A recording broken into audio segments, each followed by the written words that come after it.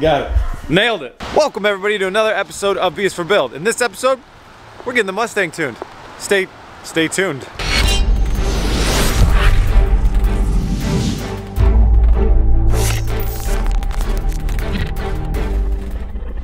Today we're super lucky. We're joined by Max from Hippo Tuning out in Clarksville, Indiana. I had to remember that like 5 times. Clarksville, Indiana. It's over there by Michigan, you know.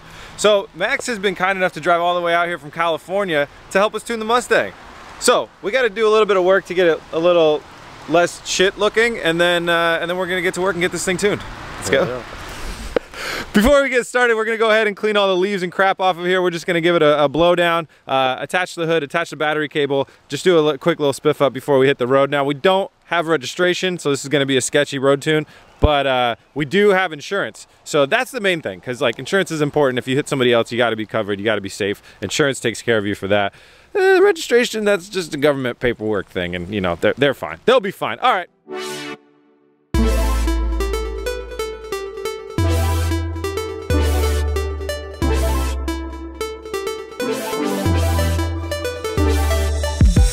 Found out that we have a broken windshield wiper, so we're throwing a couple zip ties in that to get us on the road. When I finished this car, it was summer, so those weren't a high priority, but now we're getting it going.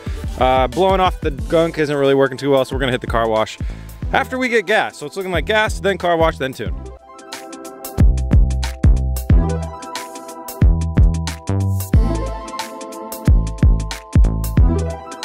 We're looking as good as ever. We're about ready to roll. Max went ahead and jumped in here, and one of the bigger changes that we made is we wired in a serial port to the OBD2 sensor, so we're going to be able to do data logs with the exact wideband reading. Sorry, not OBD2 sensor, that's not a thing. The wideband, into the wideband sensor. So we're gonna be able to get data logs right from the wideband rather than going through the car's O2 sensors. So we're ready to take it for a spin, get some gas.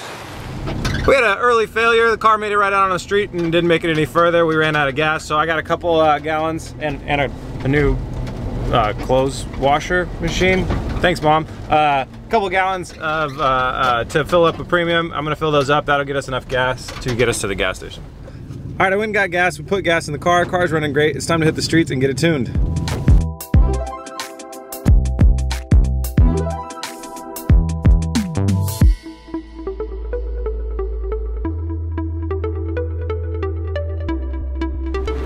We may have ran into a problem already. The exhaust is really low, and we might have tagged it on the way out of the gas station. We hear a little knocking going on. Did a little inspection, we couldn't find anything, so we're gonna get it back to the shop and then diagnose the clankety clank sound. B is for embarrassed. The clanking is because the wheel is coming off. I must have forgotten to tighten the wheel. We got a wheel coming off. But we're still on all fours right now. In the middle of the highway. Yeah, I see the gap. Okay, well we're mostly on. Oh yeah, coming off. If you're a religious person, say a little prayer that the wheel doesn't fall off. We gotta get back to the shop. Turns out the 2 front wheels were definitely too loose. They were just loosening themselves over the last few times that I've driven this car. So we got them tightened down, and we're gonna go ahead and give it just like a quick rundown, shake down, make sure everything's safe, and then we'll actually start tuning. Our fix worked. Turns out lug nuts, really important to be tight. So now we're logging away and making sequential changes.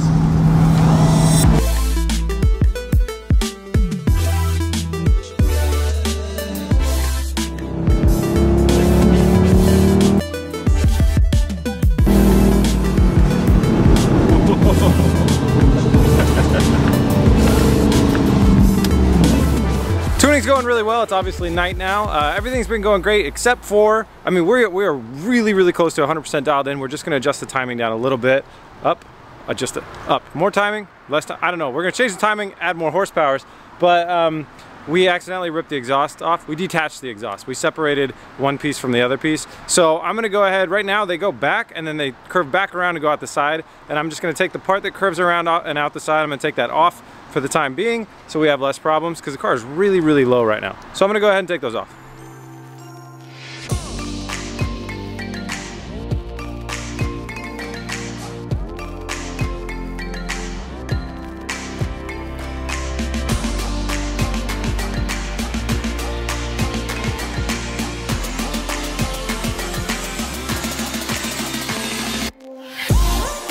got the exhaust parts off. That was a little bit sketchy, but it's all good now. I'm gonna get cleaned up and then we're gonna head out and tune some more. All right, so the car is tuned. Yes? Yes, sir. How was it? It was pretty sketchy. It's been rainy today, so. Sketchy, not mechanically, but sketchy high horsepower in the rain? Oh yeah. Yeah. We didn't have too many problems. We lost the exhaust pipe. Lost a louver. Lost a louver. The double-sided tape really has been failing. And, but we got the louver, so I'll put that back on the car. And we had a lug nut problem earlier. Yeah. We found out the problem with that. The nuts actually didn't have enough depth for the thread. Once we got that sorted out, that was all good.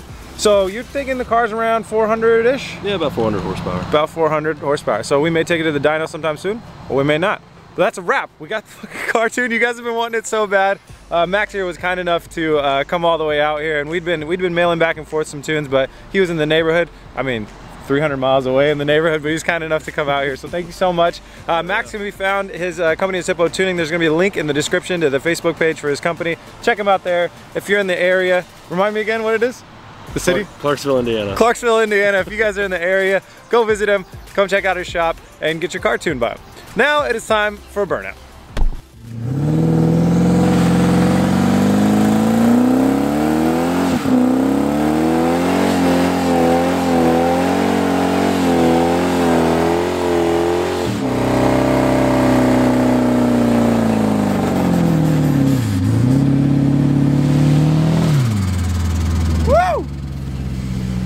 Back home with the horns. I just wanted to come back home and reflect on this a little bit. Like this is really crazy for me. I had kind of written this car off. Like I just thought it was just never gonna get tuned. Like probably the stuff that we did, all the DIY stuff, just kind of we essentially made too many mistakes and like built a car that was never gonna be able to function. And it couldn't have been more far from the truth. We just needed Max to sit in that driver's seat and drive this car around and start tuning it, and then just things just started falling in place one after another after another. It was incredibly consistent. It was building boost at the right time in the right places. It built the right amount of boost. We aimed for 8 pounds. We got 9 pounds of boost. It doesn't overboost.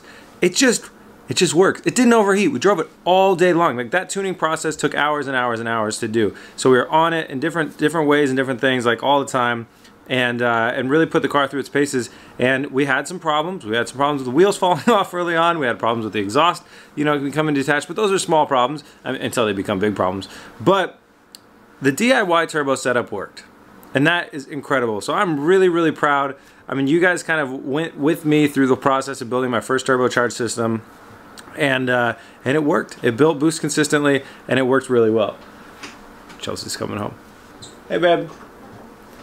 So I'm just super stoked. It was a huge success, and I'm just really proud of that. Like my first DIY turbo project, building a twin turbo on a car that rarely ever gets twin turboed, and it worked. I'm not saying it was like all skill. I mean, you know, first time is luck, second time is skill. But it was cool. It's a really, really cool feeling, and I'm like today I'm really, really proud, which is just such a fun feeling. So huge thanks to Max and Jeremy for coming out and working on the car. They drove, I said 300 miles earlier. They drove like, I think it was like closer to 500 miles up here, and then they got to drive another 500 miles back. Just incredible for those guys to come out and help me with this project. And so, like I said before, links in the description. If you have no like plans of getting anything tuned or something, just go like the Facebook page. Just help them out. You know, great guy, so fun to hang out. Anyways, it was awesome, super awesome. And so huge thanks to them. And that's it. That's not the end of this build. We will, I'll probably do some cosmetic stuff for it later, but the fact that once I go get registration tomorrow, I can daily drive this car, like, I'm really excited. So I'll be ripping this thing around Portland, probably on the dry days, because it is a little tail happy, and I don't want to Mustang anyone too hard. But, damn, it's a cool day. It's just such a cool day. I got another car back. I really got a car back that I didn't know if I was ever going to drive it again. So, that's awesome.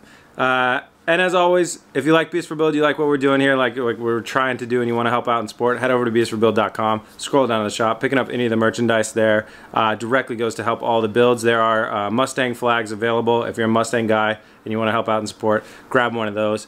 And if you want to find us in more places, hit us up on Facebook, Instagram, all that stuff. We're Beast for Build on all the social media outlets. Thanks for watching, guys. I do appreciate it. Please remember to like and subscribe. Peace.